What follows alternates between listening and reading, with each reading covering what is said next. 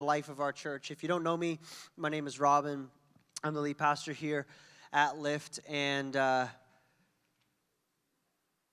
last week was a special week. It was our last week in 1280 Bar. It had been our home for 11 and a half years.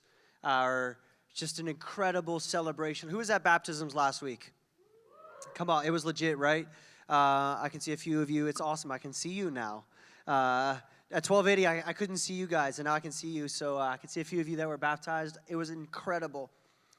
And we're standing on the cusp of a new season as a church. There's a great day in front of us. And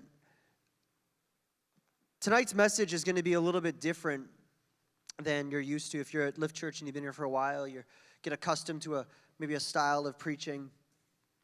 But I want to do something a little bit different today. I want to talk about where we're going as a church. I want to share about why today matters, why last week mattered, and why next week is going to matter. About the type of church that Jesus is building here. That the type of church that Jesus is building at Brock University. That type of church that Jesus is going to continue to build on new campuses across our nation. And so before we do that, can we just pray? Can we do that? That's a question. Here we go.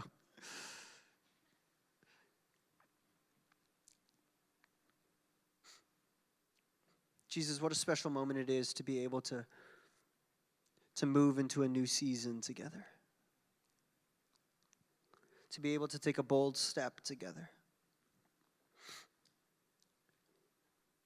Jesus, there are so many stories and people in this room. And my prayer, Jesus, is that as we unpack where we're going as a church, as we unpack what we're about, that each person in this room, each story, whether they know you now or whether they don't know you, whether they've been a part of Lift Church for a decade or this is their first week, Jesus, I pray that each person here would realize that they matter, that they have an invitation to be a part of the story. Jesus, I pray that I would not be seen tonight, that I would be invisible. This is not about me, Jesus. This is about you. Tonight is about you. Last week was about you, and next week is about you. Tomorrow is about you. It's all about you, Jesus. Help us to remember that, Jesus, over the next 50 minutes as we unpack the word together. As we dream together. As we ask questions together. Amen. Amen. It was 11 years ago that we launched Lift Church in what was then called Quarters Bar. Does anybody remember Quarters? Like a couple of hands, that's awesome. Does anybody wish it was still Quarters, like the name? I think Quarters is a better name than 1280, but it was 11 years ago that we launched, and man, it has been an incredible journey. I think it's easy to come into a moment like this and go, wow, Lift Church is this put together thing. We know what we're doing, but hear me tonight. It has been a process. It has been a journey. You don't arrive at a moment like we are in as a church without making a lot of failures and mistakes and figuring it out along the way. It has been an incredible journey. You know, for the better part, it's a true story. I'm not going to tell the whole story tonight, but for the better part of 7 years, we wrestled with the question, who are we, what are we, and where are we going? And in the effort to answer that question, we went down a whole number of roads. We tried a number of strategies, and we learned what we were not.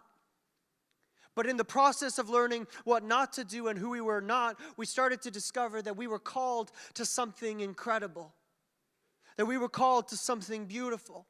That we were called to be a church that would see the campuses of our nation rather than be places of darkness, be places where the hope and the light of Jesus would shine out. Well, the church has been retreating from academia. Well, the church has been retreating from the four walls, so to speak, of the institution of the university. We as a church said, no, we're going to step into it. And we're going to embrace it. And we're going to be a church that loves and cares for and cherishes the university. But it took us a long time to get there. It took us a long time to figure out what that would look like. A little over a year ago at our 10th anniversary service, let's give a show of hands. Who was at that service, 10th anniversary service? This is pretty good. I love that there's only a few hands open. This is just the story of Lift Church. We ebb and we flow like crazy. And if you weren't there, I preached a message. And I'm a little bit of a high energy guy. I'm containing it right now. I'm fighting to be calm. And it's very hard. That's why my leg's twitching. If I just start, I'm excited. I'm a high energy guy, and I put forward a vision or this statement for our church. And I think sometimes my energy gets the best of me, and people think I'm being demonstrative or dramatic when actually, in actual fact, I am simply stating what it is we're going to do.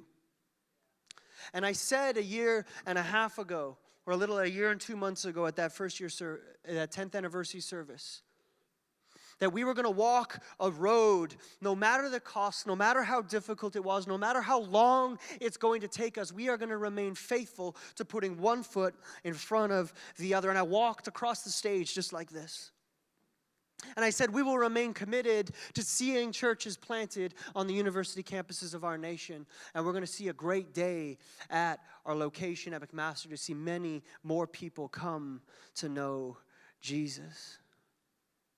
And church, today we take another big, bold step on that journey. For the better part of a decade, we prayed that we would move out of 1280, that we would move into a new space, that we would move into a new season as a church. And today we finally, by God's grace, have taken that bold step.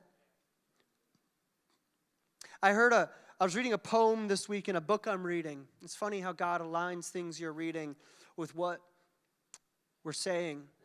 And there's a phrase that says, every step is an arrival. Today we're taking a step and we're arriving at the end of an 11-year journey to get where we are today. There's a heritage and a history, hundreds and hundreds of people, many pastors. I'm not the first pastor of Lift Church. And by God's grace, I won't be the last. Because by God's grace, even if I'm here when I'm 60, I don't want to die when I'm 60, even if I'm here when I'm 80.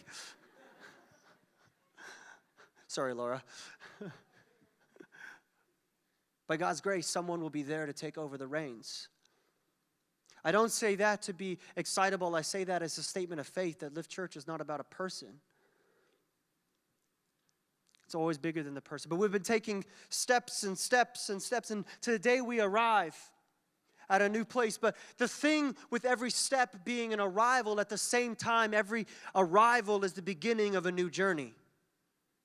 Simply because we have arrived at a place tonight doesn't mean that we have arrived at the end of the journey that God has laid out for us. It merely means that we have arrived at the end of the journey for the last 11 years, and we are now beginning the journey for the next 95, 100, 150 years. See, in every step being arrival, every step is the beginning of a new journey. And today we start a new journey as a church. Every step is a step forward to see a church planted. Every service is a moment where somebody else, maybe even you tonight, can come to know who Jesus is. Church, one day we're going to outgrow this space. I don't know when. I don't know how long it's going to take. I don't know what mistakes we're going to make along the way. I'm sure there'll be many, and they'll be awesome. And we'll look back and be like, wow. But church, one day we're going to outgrow this space. Because it's not about arriving at a space and saying, wow, look how many people we have. No, church, it's about arriving in a space and saying, Jesus, what are you going to do next? Because we look back and say, wow, you have been so faithful in the past. The same faithfulness that God has had in our church for the last 11 years. And this is crazy and hard for many of you to understand because you're new. But God has been faithful for 11 years in our church. We shouldn't exist, but we do. And I believe that that same faithfulness will sustain us into the future. And so with that pretext, with that invitation, I want to spend the next 40 minutes or so unpacking. It's going to take me some time, but I want to unpack what it is that we are building, what it is that we are going towards. And to do that, we're actually going to open our Bibles to Matthew 26 to start. And in Matthew 26, it's the passage we selected many months ago to preach on this week. And I got to it and I was like, God, this is what does this have to do with where we're going as a church? We're in our second last week of examining passages where Jesus quotes the prophets. And Jesus, if you've been tracking with us, we're working our way through Matthew. And in Matthew 26, Jesus has just been arrested and he's standing trial before the high priests and the elders. Basically, he's up against the leaders of the mob. And he comes to them hopeless. There's no way. He's facing an unjust jury levying an unjust accusation. If we pick it up in Matthew 26, starting in verse 59. Now the chief priests and the whole council were seeking false testimony against Jesus, that they might put him to death. Talk about a good situation. You're like, awesome, I'm up against a mob that wants to kill me, and it has nothing to do with what I've done. They might put him to death, but they found none. Though many false witnesses came forward. At last 2 men came forward and said, This man said, I am able to destroy the temple of God and rebuild it in 3 days. And the high priest stood up and said, Have you no answer to make? What is it that these men testify against you? But Jesus remained silent. Have you ever been accused of something falsely? It's not what my message is about, but there's a whole message there about how to stay silent in the face of accusation. Because our justice is up to Jesus. But Jesus remained silent, and the high priest said to him, I adjure you by the living God, tell us if you are the Christ, the Son of God. And Jesus said to him, You have said so, but I tell you, from now on, you will see the Son of Man seated at the right hand of power and coming on the clouds of heaven. Then the high priest tore his robes and said, He has uttered blasphemy. What further witnesses do we need? Now, it's a little bit as is the case of this whole series that we've been preaching. Jesus has ended up quoting a prophet, the prophet Daniel in this case. And we're going to come to what Daniel says in a moment, but it's interesting to me that Jesus doesn't ask the question, what is it that you have done? They accused him of being a violent revolutionary that was going to overthrow not just the powers of the temple, but the Roman government and the whole system. And Jesus doesn't respond to that accusation because Jesus is not so much about what he's going to do as he is concerned about who he is. And so when the high priest asked Jesus not a what question, but a who question, now Jesus decides to answer. And the high priest asked Jesus, who are you? Are you the Christ? Are you the Messiah? And Jesus answers, you have called me that. And then he ups the ante. And he quotes Daniel. And in quoting Daniel, he's bringing to mind a whole rich heritage of prophetic literature. The book of Daniel is this crazy book where the first couple chapters are these really cool stories with these guys that are just bossing it. They get thrown into a furnace and they're okay. And they come out of the furnace and they refuse to bow down. They refuse to say, Nebuchadnezzar, you're king. And Nebuchadnezzar throws them into the furnace. They come out. It's amazing. A moment later, Daniel's interpreting dreams for people and they're refusing to eat any food, and it inspired the Daniel diet, which I'm sure many of you have done if you're trying to lose a pound or two. And I'm not trying to. I'm trying to put one on. And then you get to the middle of Daniel, and then Daniel gets weird, man. It's just what the? It just kind of comes out of nowhere. In fact, it's interesting, in the original text, the language even changes. The first part of the book is written in Hebrew, and then the weird part of the book is written in Aramaic. It's just craziness. Anyway, you get to this section in Daniel, and there's this vision of this Son of Man that is going to rule over the universe. And I want to read it for you Because Jesus has just quoted it. He's just said who he is. And he's basically just said, I am the fulfillment of this prophecy. Daniel 7, starting in verse 13, it says, I saw in the night visions, and behold, with the clouds of heaven there came like one, a son of man. And he came to the Ancient of Days and was presented before him. And to him, the Son of Man, was given dominion. Everybody say dominion. That wasn't everybody. Everybody say dominion. And glory. Everybody say glory. Come on, glory like you're in like church. Like glory. There we go. Glory. And a kingdom that all peoples and nations and languages should serve him. His dominion is an everlasting dominion which shall not pass away, and his kingdom one that shall not be destroyed. There's this supreme Son of Man that comes down to embody a new kind of kingdom. It's interesting that it says Son of Man, because Jesus is understood to be what is called the second Adam. You have the first man, the first Adam in Genesis chapter 1, and then you have the second Adam, the second man, and that is Jesus, the Son of Man. And the Son of Man comes to bring about a new kingdom, a new dominion. In Genesis chapter 1, in God creating humanity, he creates man, Adam. And he says, I give you dominion over the earth. Fill the earth and subdue it. The same creative power that I have used to bring the cosmos into being, I put in you, that same image I put in you. Go in to fill the earth, subdue it, be creative, be ambitious, become engineers and doctors and nurses and architects and carpenters and drivers and whatever it is you're going to be or are. Be that and fill the earth and subdue it. But the problem of Genesis is that each of us, rather than filling the earth and subduing it for the glory of God and his dominion, we decided to fill it and subdue it for our own dominion and our own power. And so a second man comes, and his name is Jesus. He's predicted in this passage of Daniel, and this man comes to embody a new kingdom, to bring about a new way of being human. God creates us with this imbued purpose of creativity and passion and joy, and we lose the way. And so he sends Jesus to bring about the kingdom and the glory and the honor of the Creator God.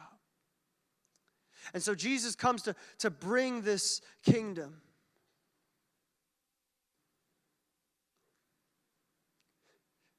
If you've been tracking with us for a number of months now, you know that this has been maybe not the most encouraging series every week.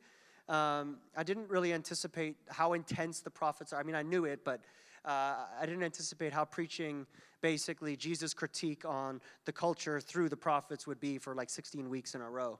And so I apologize if you feel beat up, but it's Jesus' words, so you can take it up with him in your prayer time. Now, Jesus, in this moment, he's changing the tune. He doesn't lobby a critique against the powers that be. No, he speaks of a vision, of a dominion, of a kingdom that will serve the nations. Jesus is describing the bringing together of a people ultimately to fulfill our created purpose. Lift Church, Jesus, in this moment, standing before an unjust judge and an unjust jury with an unjust accusation, is now speaking about a vision of a new humanity to the very people that are going to kill him. And ultimately, he's going to invite them to be a part of it in the same way he's inviting you to be a part of it. Over the years, I've asked this question many times. And as a church, we have asked this question, what then does it look like?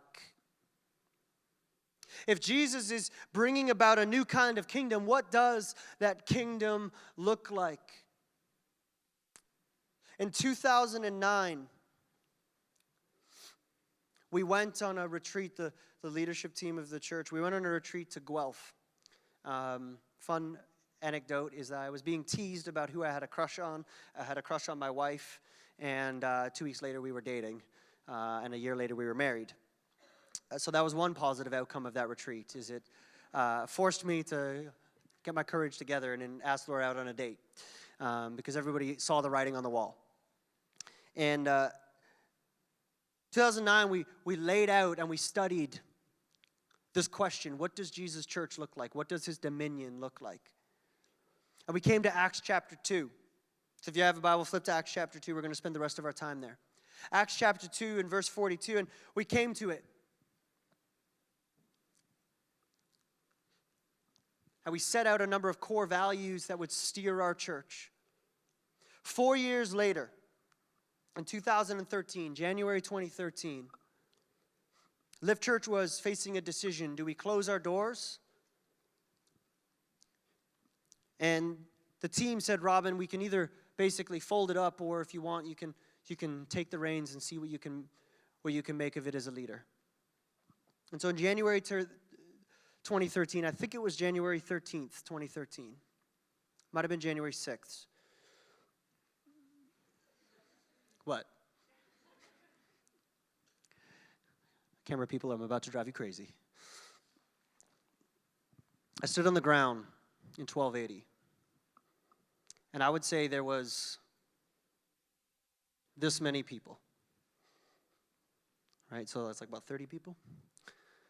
And I stood on the ground, kind of like this, in front of 30 people. And I outlined that same vision, that same dream, those same values that we had in 2009. We outlined them in 2013. And Lift Church started to grow. And we started to move. And we started to dream. And we started to believe that maybe Jesus was actually going to do something in this little church. This little church that was on the cusp of non-existence and success. We didn't know what was going to happen, but I believed that if the small amount that we had, that we could do something great. That a small amount of faith and a small amount of faithfulness, Jesus could bring to bear a new day on the campuses of our nation. And so I preached my brains out to those 30 people on the floor. We had no lights. I don't even think we had a band. And church, today, you sit here in part because of the faith and faithfulness of those 30 people. And what I want to do is I want to speak out of Acts chapter 2, those values that we laid out. Those same values that will continue to steer us, those same values that I believe continue to describe what it means to be a church. What it means to be a church to the campuses of our nation. What it means to be a church to the city of Hamilton, to the city of St. Catharines. And so Acts 2, starting in verse 42, says this: and they, the believers, devoted themselves to the apostles' teaching and the fellowship, to the breaking of bread and the prayers. The church, it says, devoted themselves to the apostles' teaching, to fellowship, to the breaking of bread, and to prayers. The very first descriptor that we have of this embodiment of the church, this is the very first description that we have of the church in the New Testament, this embodiment of this kingdom that Jesus has proclaimed just a few days earlier. He says, you're going to see something coming and people are going to worship me. And a few days later, a few weeks later, we start to see what it looks like. And what are they? They are a people passionate about Jesus. A people wholeheartedly devoted to understanding and knowing who Jesus is. Lift Church, it was not, you must understand, this was not a bunch of leaders who were passionate about Jesus. Lift Church has never been about a few leaders that are passionate about Jesus.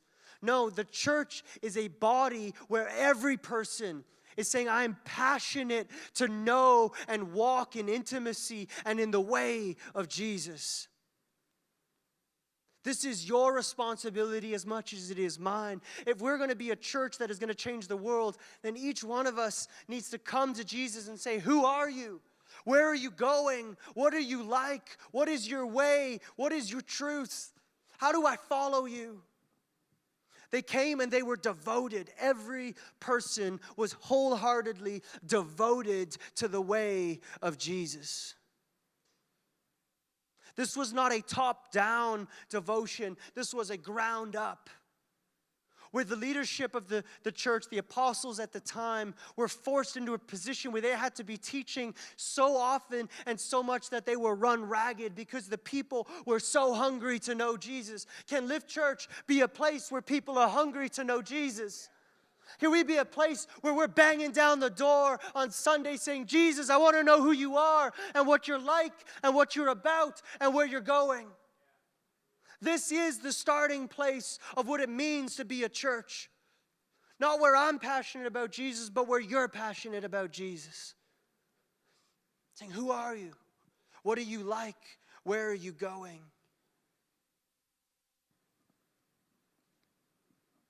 It's so interesting to me that the leaders weren't banging the drum on the people saying, come on, get out to church service. No, the people were devoted. This was a people that were willing to die for it. Can Lift Church be a people that are wholeheartedly devoted to it? There's two dimensions of this that I think are important to understand. The first is how this applies to our intellect, and the second is how this applies to our action. You see, in order to be devoted to the way of Jesus, that is not an invitation to toss your mind out the window and to become a religious fanatic. I hope you're fanatical about Jesus, but not in the way the culture talks about it. You see, in order to be a disciple of Jesus, it meant a wholehearted intellectual pursuit of asking the question, what does it mean for Jesus to be my rabbi? What does it mean for Jesus to be my leader? What does it mean for Jesus to be my guide? And to wrestle through not just the practical, but also the intellectual dimension of that. Lift Church is a church that is committed to the campuses of our nation. And in so doing, we're committed to an intellectual honesty and an intellectual rigor with which we communicate, with which we call people. And the invitation is for you to wrestle through and understand your faith, understand who Jesus is. Ask the hard questions.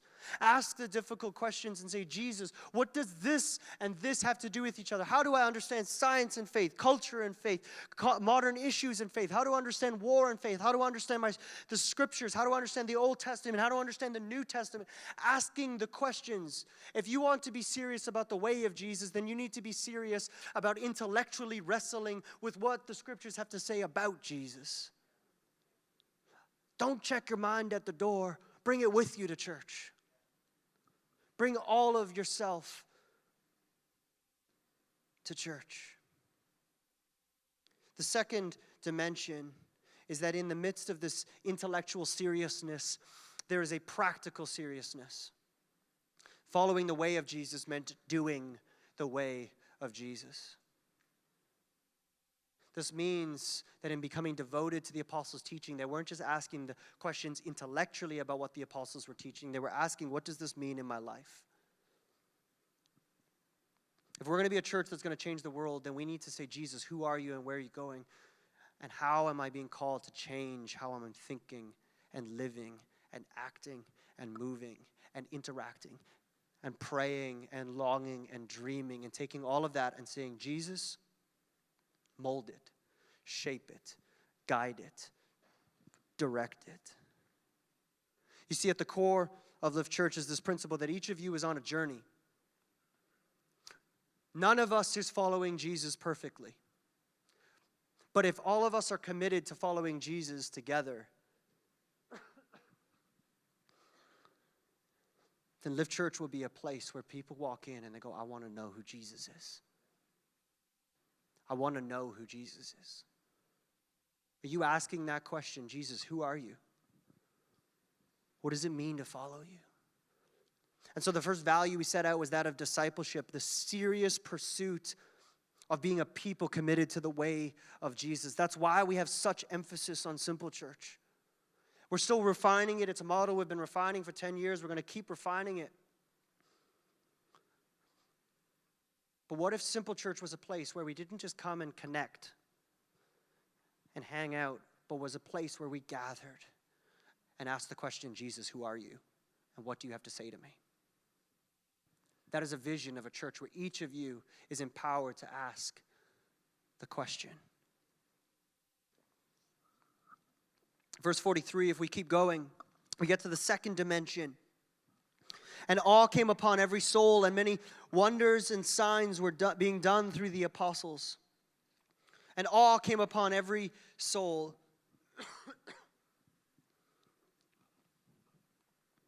The second dimension, if the first dimension is that we love the way of Jesus, we love discipleship. The second is that we believe that an encounter with God changes everything.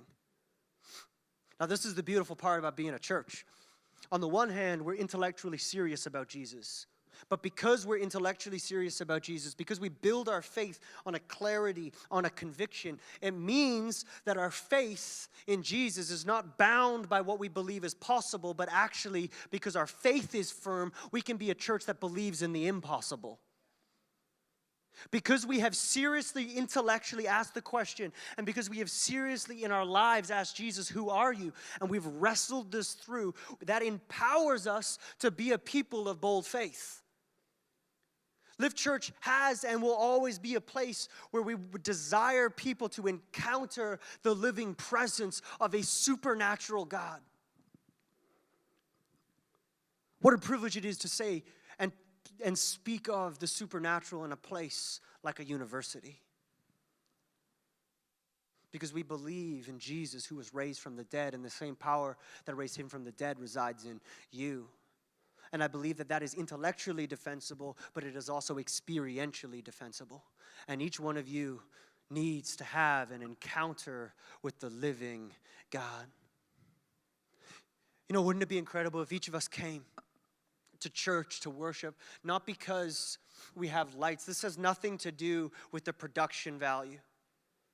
This has nothing to do with how tight the band is or whether we're complete. This has nothing to do with whether things are on point. This has to do with the church coming before God and standing before him in awe and saying, Jesus, we long to know you.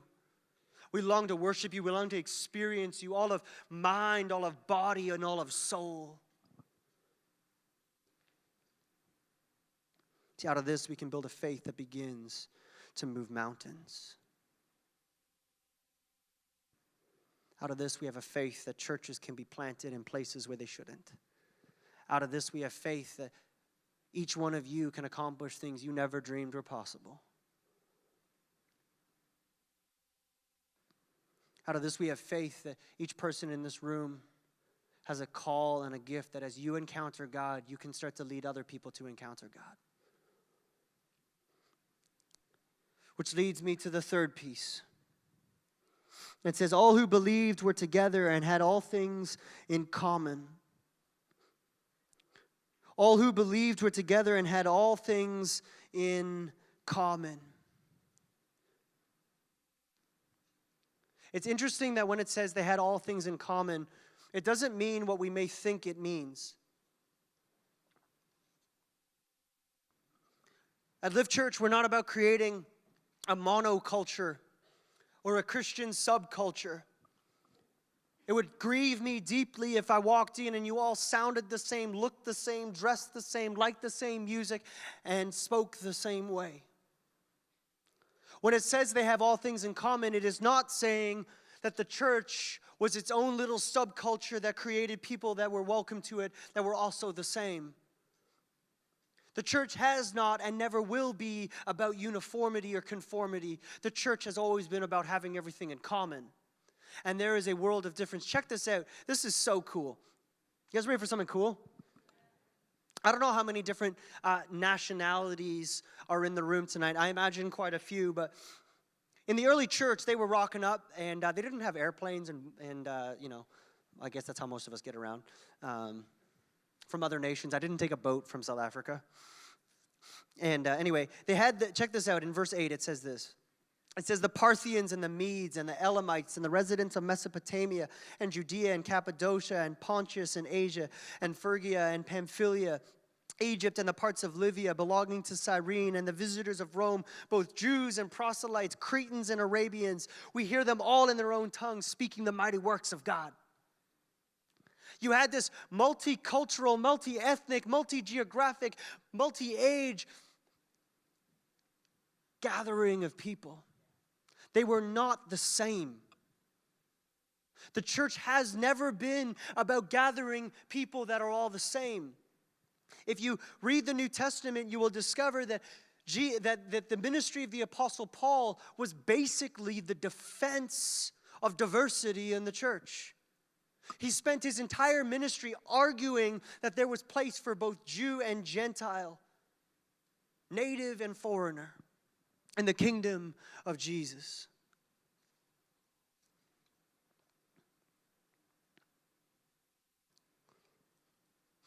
This might sound the most like our culture, but I believe this is actually the most unlike our culture. You see, the culture around us, the culture of our world, is all about creating subcultures and identity groups.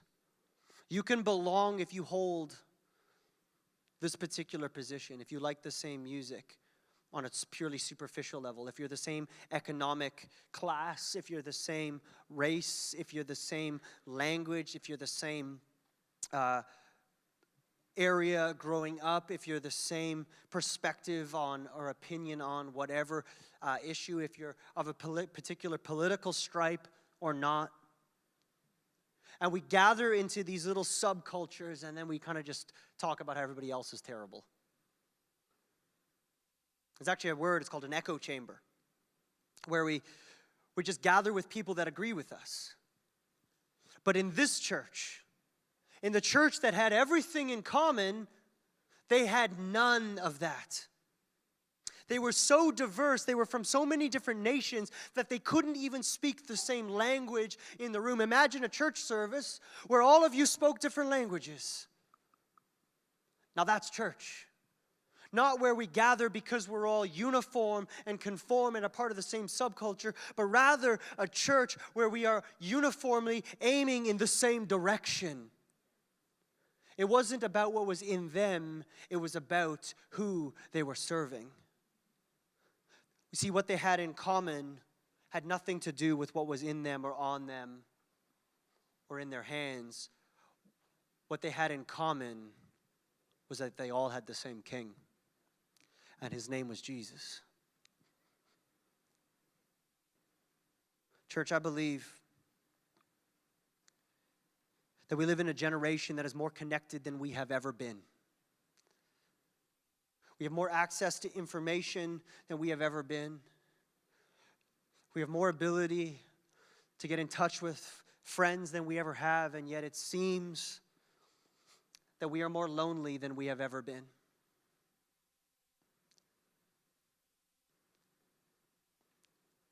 Recently, a project was started called the Loneliness Project, which sought to address the cultural epidemic of loneliness.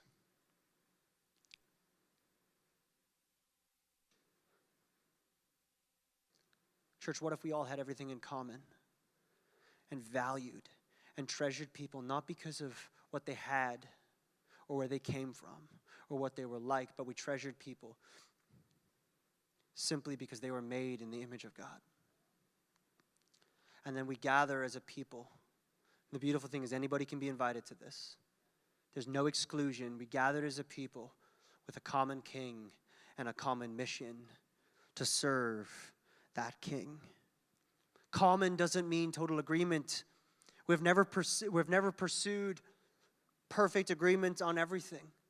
We've never pursued everybody on the same page. We've never pursued theological uniformity. What we have pursued is a common direction to see churches thrive on this campus and on other campuses, so that many, many more people will come to know Jesus. Here's the incredible thing: in having each person have everything in common, it means also that every person is a contributor to the kingdom. You see, because you're welcome not based on what you have to bring, it actually amplifies what you have to bring rather than decreases it. What this means is that every person in this room, you matter. You are not a bum in the seat. You will never be a bum in the seat to me or anybody else in this church. You matter.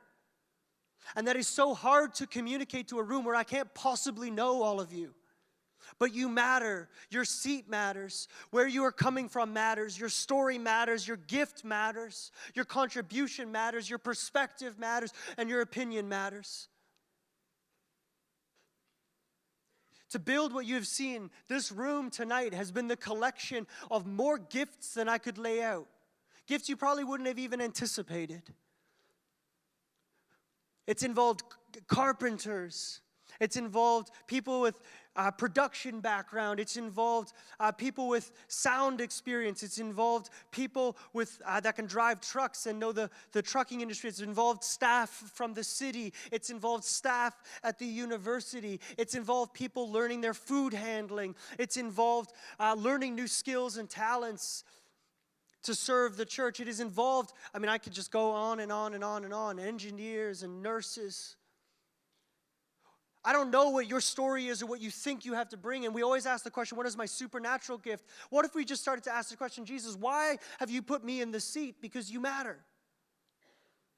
You matter. You matter.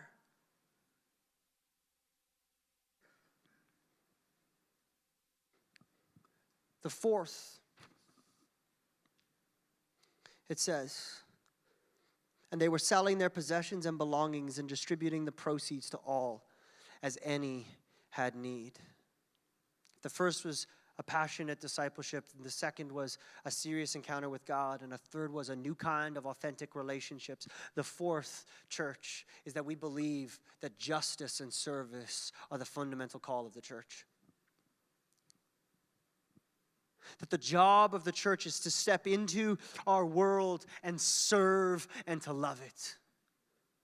And I've said before that this is not something we do to get bonus points as a Christian. This is simply what it means to be a Christian. Somebody that loves and serves the world around them. That loves and serves their church. That loves and serves their city. So it's so fascinating to me that this church that is birthed immediately redirects their priorities from that which is inward to that which is outward. How many of you come into church tonight asking the question, I wonder how I can serve. I wonder how I can be of service to the people around me. How many of you have asked the question of those sitting in your row, I wonder what their needs are. I wonder what their struggles are. I wonder what their questions are. What if we were a church that was committed to service, even right where you are sitting? Man, that is a church that I want to be a part of. You see, there's this intrinsic concern in the church right from day one that justice matters. That justice matters.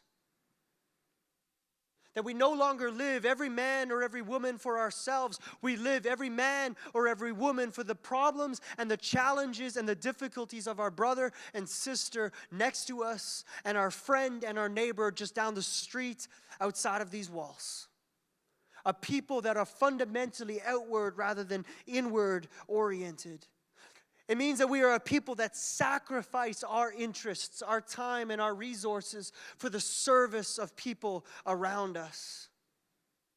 This is not a task reserved for the leaders and the elite. This is a task that I would implore you. Can we be a church of service? A church that says it's not about me, it's about Jesus. So what can I do to make Jesus more visible? Jesus literally wasted his life on others. He poured out his life on that cross for you. That is our standard. The Apostle Paul says in describing his service to the church, I'm pouring out like an offering. This is why we serve our campuses. Not because we're looking for credit or congratulations. We serve it because Jesus has called us to. This is why we serve our city. This is why we will continue to establish beachheads of justice, a bulwark against the brokenness of our world, and say there is a hope, there is a light, and his name is Jesus. It means that we will serve as a church that acts as a lighthouse, pointing people off the shoals of disaster, off the brokenness and the challenges, and saying, there is a harbor nearby, and it is called Lift Church. Can we welcome you in? Can we steer you in and invite you to a new kind of freedom and a new kind of life as found in Jesus? This is why we do Red Frogs. We show up at parties. This is why we do Ronald McDonald House. This is why we do West Side. This is why we do Serve Our City. This is why we do Pinky Lewis, because we believe that the church needs to step into this world. We're being tested on this right now because normally in the summers we're able to ramp up our ability to serve our city because we get some grants from the government. Church, we don't have those grants this year. Because we refuse to be a church of compromise. We refuse to check boxes so that we get funding, because I believe that the job of the church is to remain firm because we stand on truth. There can be no justice if there is no truth. And so we stand on truth. But at the same time, church, I believe that even this summer, if you're here this summer, we can be a people of service. I believe that as we look to this fall, we're going to have to pull off everything that we normally do on campus with no help this summer to do it. Church, can we serve our city? Not because the government pays us to, but because Jesus calls us to. That is the invitation that we have. If you're not sure what I'm referencing with the Canada Summer Jobs Program, just Google it. There's much has been said. And this leads to the final priority. And it says, and day by day, it says, and they were selling their possessions and belongings and distributing to all as they had any need. And day by day, attending the temple together and breaking bread in their homes, they received their food with glad and generous hearts, praising God and having favor with all the people. And the Lord added to their number day by day those who were being saved. The objective of Lift Church is very simple. It's to see people come to know Jesus, as is the job of every church. To boldly invite people and to put in front of people this person named Jesus and invite people to know him. The reason we are on this campus, the reason we're at Brock University, and the reason we'll be launching at new campuses is because we believe that the hope of Jesus is worth the effort. Because it is the only answer, it is the only answer I know of, it is the only answer that I have seen that can actually address the challenges and the brokenness of our world. You see, the church was willing to step into their world. It says they were in the temple. They went to the central meeting place of their society. They went to the temple and they started to proclaim Jesus. And so we've said as a church, we're going to be present in the same way the early church was present in the temple. We're going to be present on the campuses of our nation to proclaim the name of Jesus, to invite people to know him, to walk in relationship with him.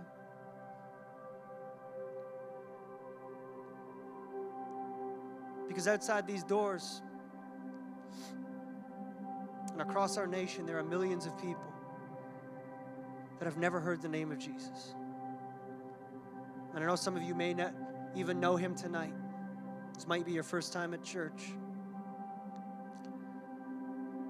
But Jesus is our only hope and our only answer.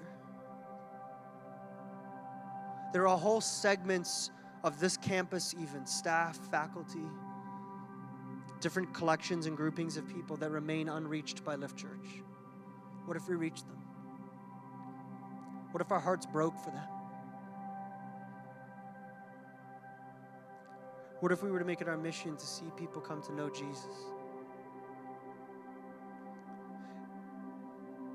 Imagine if we could rebuild the narrative of what's happening on campuses, the confusion, the chaos, and we could rebuild it around Jesus. And say, there's an answer. There's a hope. There is a joy. His name is Jesus.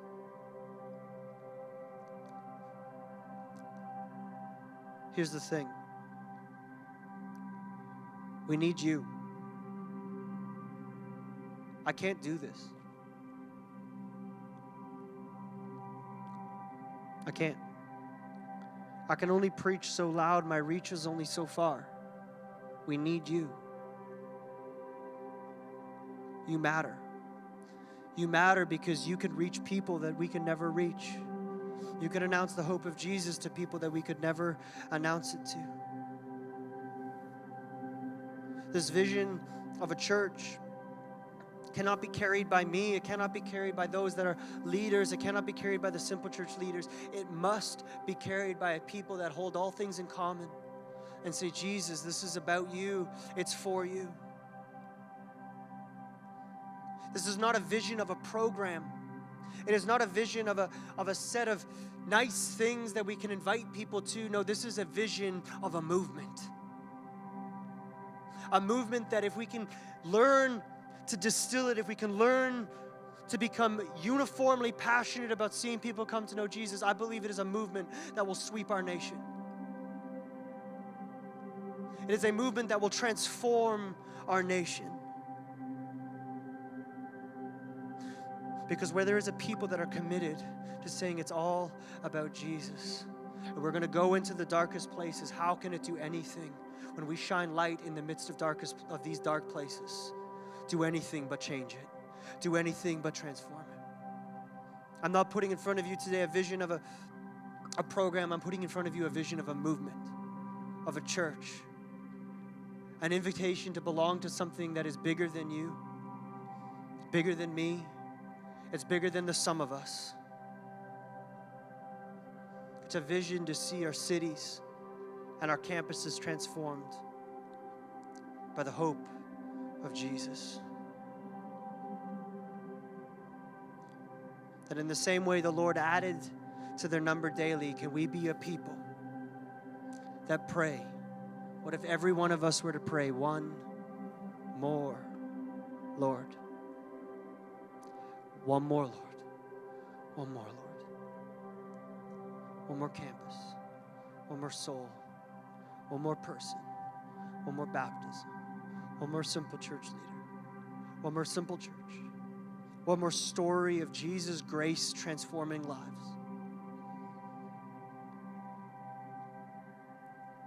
What if we all prayed that prayer? Let's bow our heads.